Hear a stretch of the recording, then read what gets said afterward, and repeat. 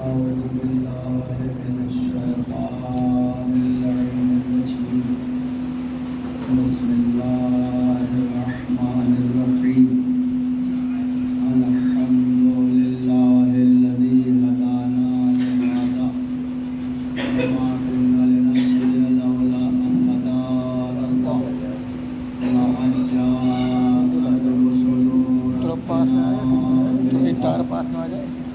الصلاة والسلام على السيد النبي الأمي المكي المدني القرشي الهاشمي الأبدعي الدهامي السيد البهي السراج المهدي الكوكب الدري صاحب الوقار والسكينة المدفون بأرض المدينة العبد المؤيد ورسول المصدق المصطفى الأمجد المحمود حبيب إله العالمين وخاتم النبيين ورحمة العالمين بالقاسم محمد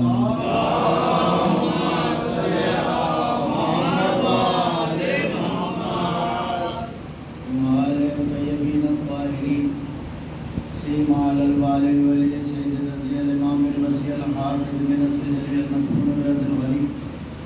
مظهر العجائب مظهر الغرائب مفرد الكتائب اسد اللہ الخالق خالق على كل خالق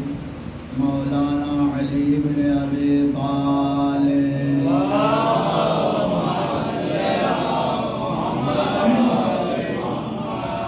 اللهم وال من والاه وعاد من عاداه وانصر من نصره وكل من خذله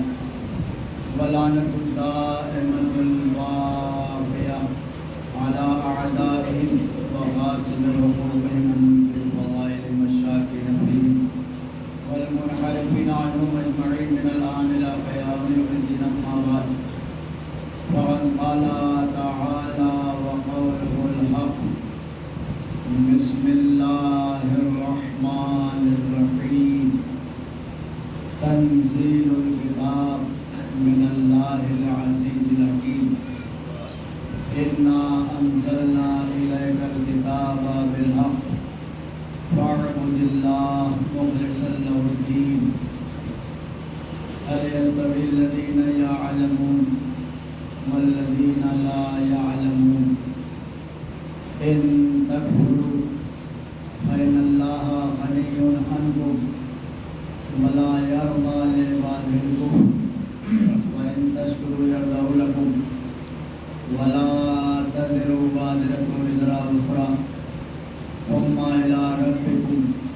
مرجعكم فينبئكم بما كنتم تعملون الله نزل أحسن الحديث كتابا متشابها مثاني تقشعر منه جلود الذين يخشون ربهم ثم تلين جلودهم وقلوبهم إلى ذكر الله ذلك هدى الله يهدي به من يشاء ومن يضلل الله فما له من هاد فبشر عباد الذين يستمعون القول ويتبعون أحسنه أولئك هداهم الله وأولئك هم المفلحون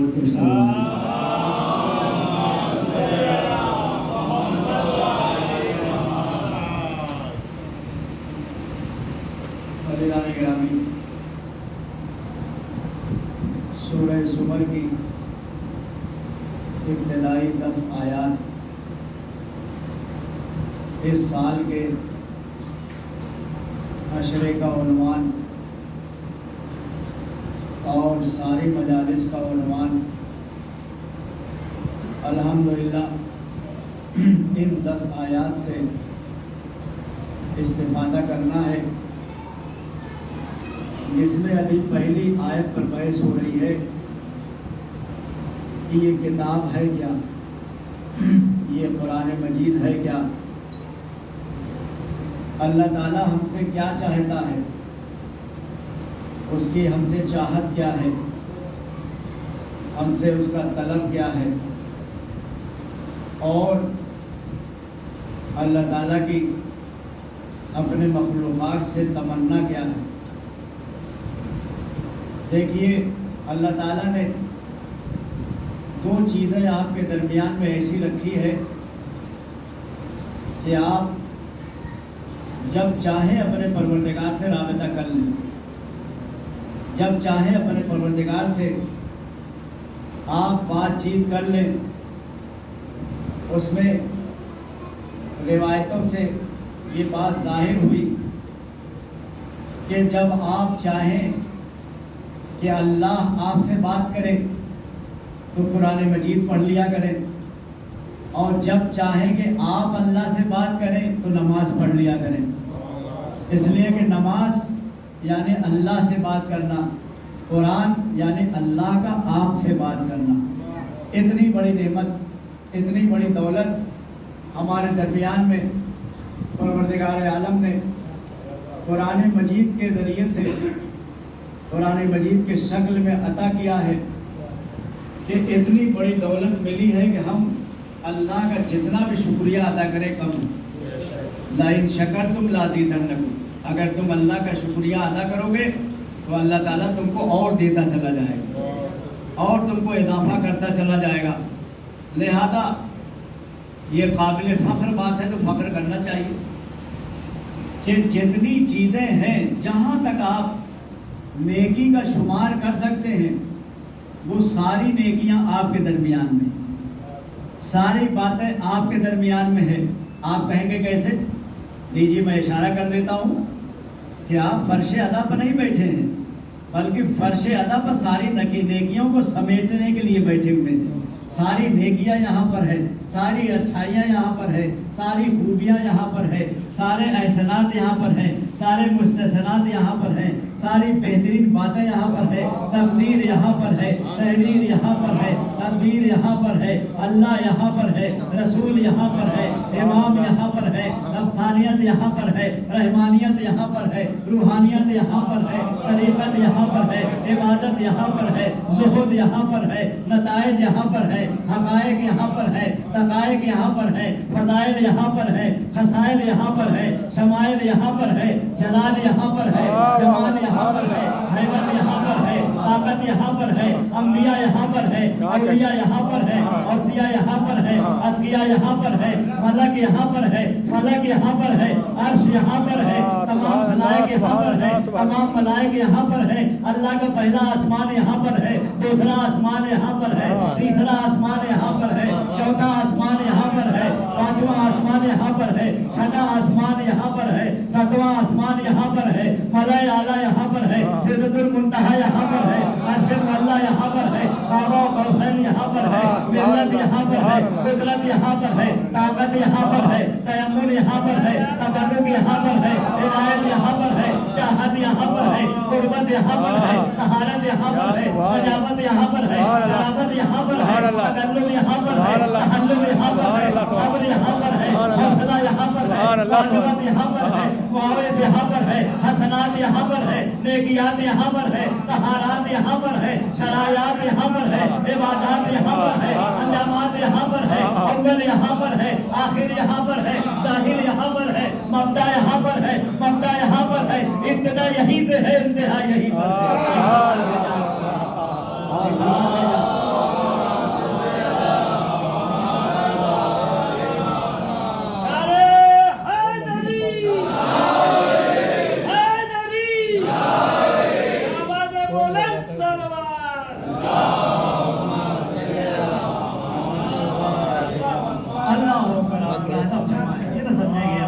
بہت گرمی میں آپ بیٹھے ہوئے، لہٰذا میں سوچ رہا ہوں کہ کتنی جلدی جلدی آپ کے دماغوں میں قرآن کی آیت کو اڈیل دیا جائے۔ سلوات بھیجا آپ حضرات۔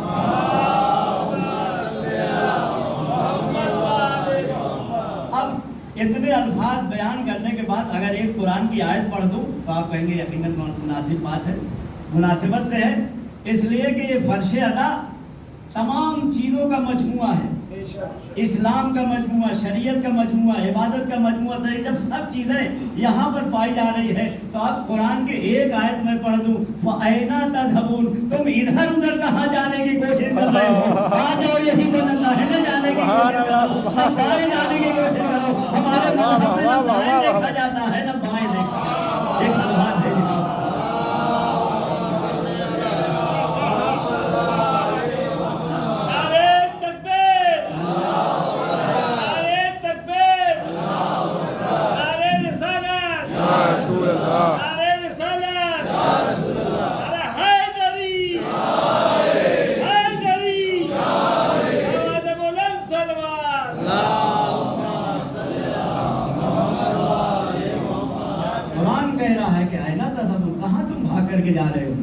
ساری خیرات کو تو حسین نے ایک جگہ پر جمع کر دیا ہے،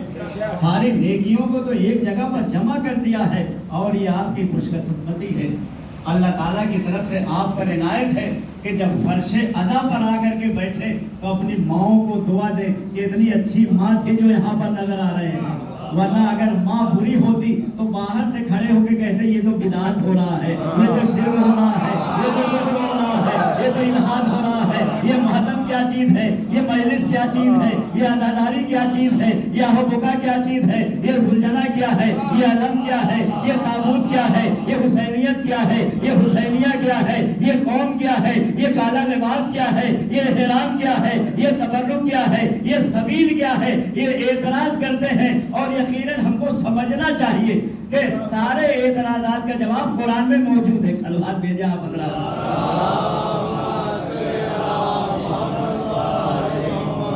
سارے اعتراضات کا جواب دیا جاتا ہے، لیکن پھر بھی یہ محرم سے پہلے جیسے آپ نے دیکھا ہوگا برساتی میڈک نکل آتا ہے اور ٹرٹو کرتا ہے، ایسے ہی مفتیان کرام نکل آتے ہیں، یہ بدعت ہے، یہ بدعت ہے، یہ بدعت ہے، یہ نہ کرو. ابھی تک خاموش رہتے 6 یعنی تقریباً 11 مہینے تک چپ، لیکن ادھر محرم آیا پھر سے شروع ہو جاتے ہیں. اچھا ہم ان سے پوچھیں گے کہ جو تم کہتے ہو یہ بدعت ہے، یہ بدعت ہے، ذرا بدعت کا معنی تو بتا دو، بدعت کا ترجمہ کیا ہے؟ کہیں گے صاحب آپ نے نہیں پڑھا، ترمذی شریف میں لکھا ہوا ہے ما لم یکن فی زمن رسول اللہ فہو بدعہ، جو کچھ بھی رسول اللہ کے زمانے میں نہ ہو اور بعد میں پیدا ہو جائے تو بدعت ہے. وہ ساری چیزیں یعنی نئی باتوں کا ایجاد ہونا، نئی باتیں اگر آ رہی ہیں اور رسول کے دور میں نہیں تھی تو وہ بدعت ہے. وہ نئی بات ہے، ہم نے کہا ٹھیک ہے ملا جی اپنی بات پہ اڑے رہیے گا. اگر آپ کہہ رہے ہیں ہر بات نئی ہے جو رسول اللہ کے بعد پیدا ہو جائے وہ بدعت ہے، تو ذرا آپ بتائیے آپ تھے رسول اللہ کے دور میں، آپ کا باپ تھا رسول اللہ کے دور میں، آپ کا دادا تھا رسول اللہ کے دور میں، آپ کا دادا تھا رسول اللہ کے دور میں، آپ کا خاندان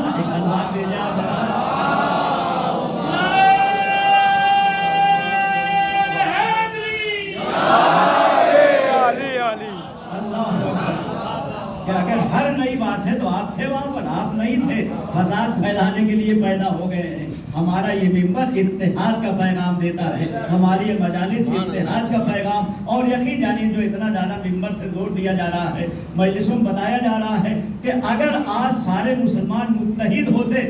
تو اس کا اتحاد کا یہ فائدہ ہوتا کہ یہودیت سر نہ اٹھا سکے. یہودیت نے جو سر اٹھایا ہے یہ ہماری جدائی کا فائدہ اٹھایا جا رہا ہے، ہمارے افتراق کا فائدہ اٹھایا جا رہا ہے. بقول آیت اللہ خمینی صاحب نے بڑا اچھا جملہ انہوں نے فرمایا، کہتے ہیں کہ یہ آپس میں بحث کر رہے ہیں کہ ہاتھ کھول کے نماز پڑھی جائے یا ہاتھ باندھ کے نماز پڑھی جائے. تم ہاتھ اور کھولنے پر لگے ہوئے ہو اور یہودی تمہارا ہاتھ کاٹنے پہ لگے ہوئے ہیں، لہذا تم متحد ہو جاؤ، تم ایک دوسرے کے قریب آ جاؤ. یہاں پر آ کے بیٹھ کے دیکھو کہ کیا کیا چیز یہاں پر دی جاتی ہے، یہاں پر کتنی عنایت ہے، یہاں پر کیسی جو ہے رسول اللہ نے عنایت کر دیا ہے ہمارے اوپر کہ ایک ہی وقت میں اتنی دولت ہم کو دے دی ہے. صلوات کے جہاں